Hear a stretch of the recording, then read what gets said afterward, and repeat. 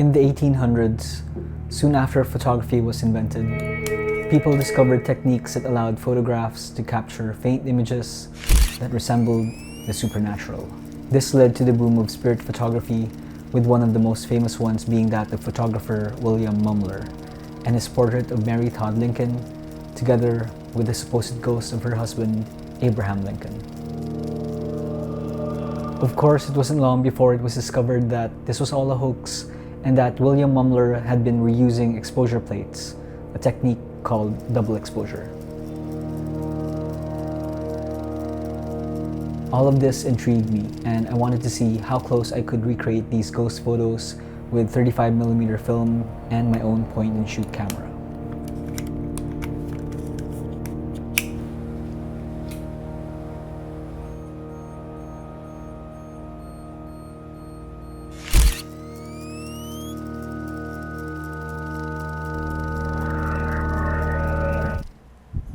Whoa, my face looks crazy.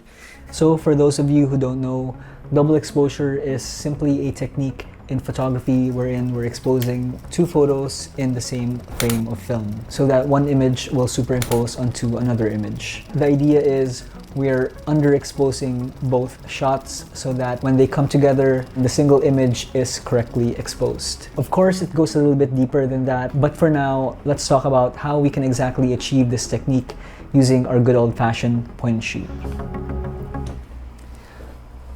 So a little bit of a side note, I started recording this last night and it's pretty quiet here in my room and I'm starting to hear noises.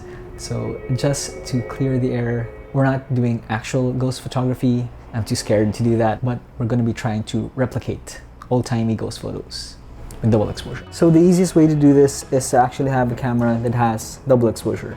Unfortunately, none of my cameras do, and if you don't either, don't worry, there's still some things that we can do. So the first hack is actually to use a roll of film twice. You're going to load a new roll of film, finish shooting the entire roll, rewind it, take it out, retrieve the leader part of your film,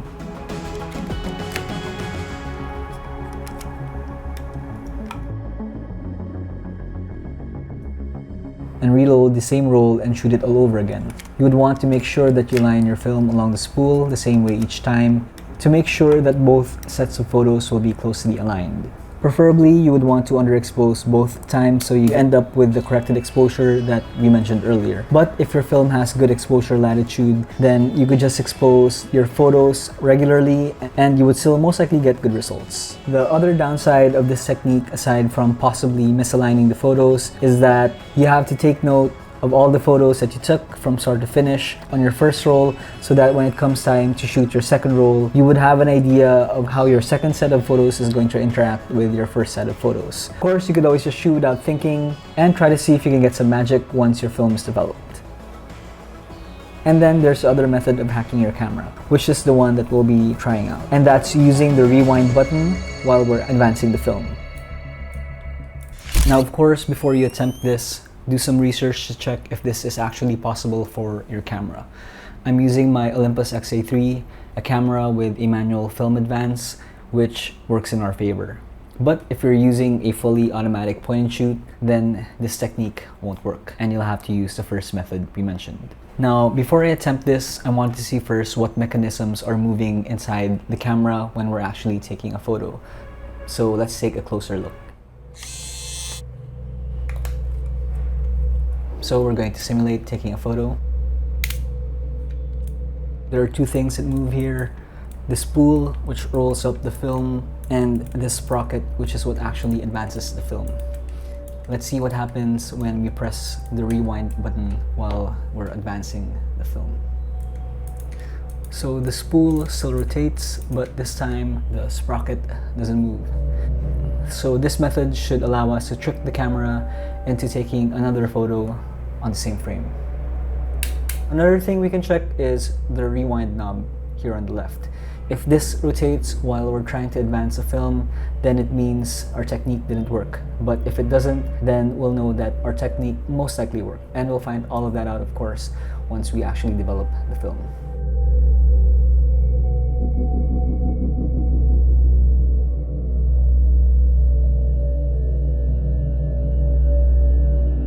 Okay, so I'm here in my little makeshift studio. This is actually the first time that I'll be doing some self-portrait photography with film camera, and I don't exactly know how other people do it, but the way I set up my framing was I actually first put the Sony FX3 here on the tripod with the 24-70mm lens, set it at 35mm, and basically set up my composition and just took out the camera, and we'll be putting this here.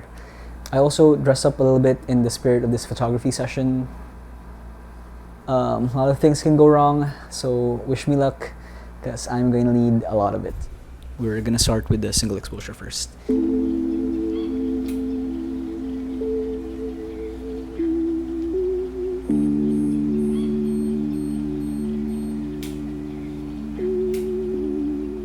That timer was way too long and the shutter speed was a little bit slow, but hopefully it'll add to the effect. So I'm going to shoot a series of double exposure photos with the first exposure as the portrait shot and the second exposure as the ghost shot.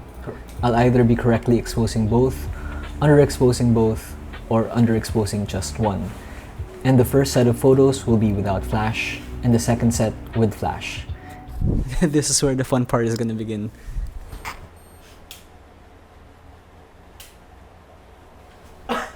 Trying to make these slow movements to add like a little bit of motion blur, and again hopefully that's gonna translate well in the final photos. I got this mask in Japan last year, and I think this might be the perfect time to use this.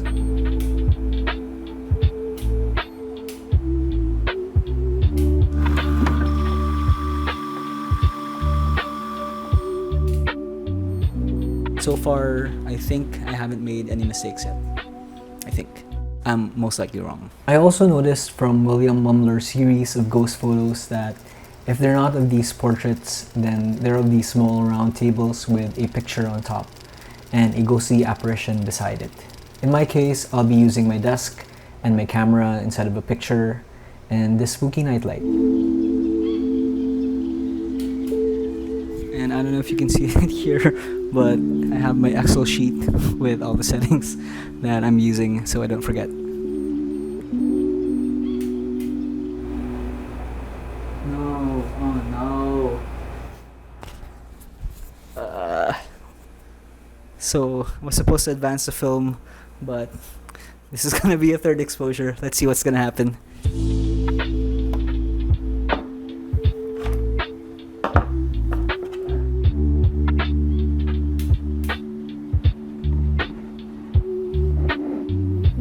I wish I had been able to take more of these, but I was only able to take 2 because... So that's about 12 photos. I should have about 20 plus photos left. I'll be...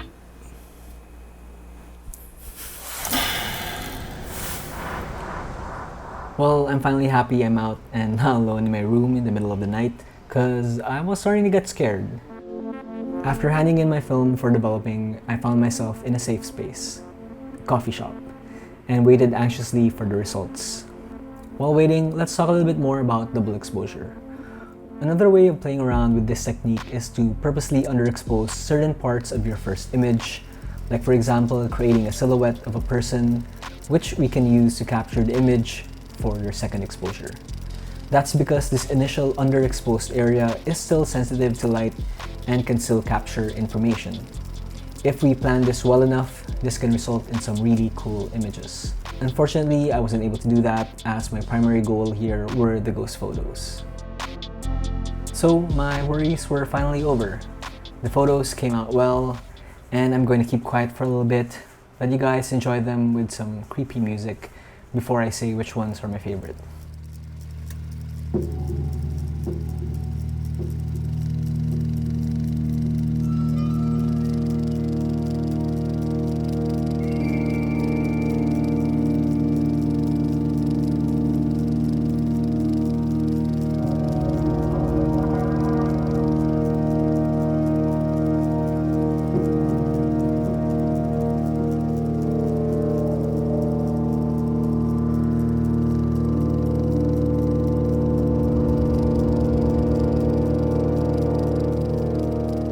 Out of all of these, I think the ones with flash really stand out. They really have more of an otherworldly feel.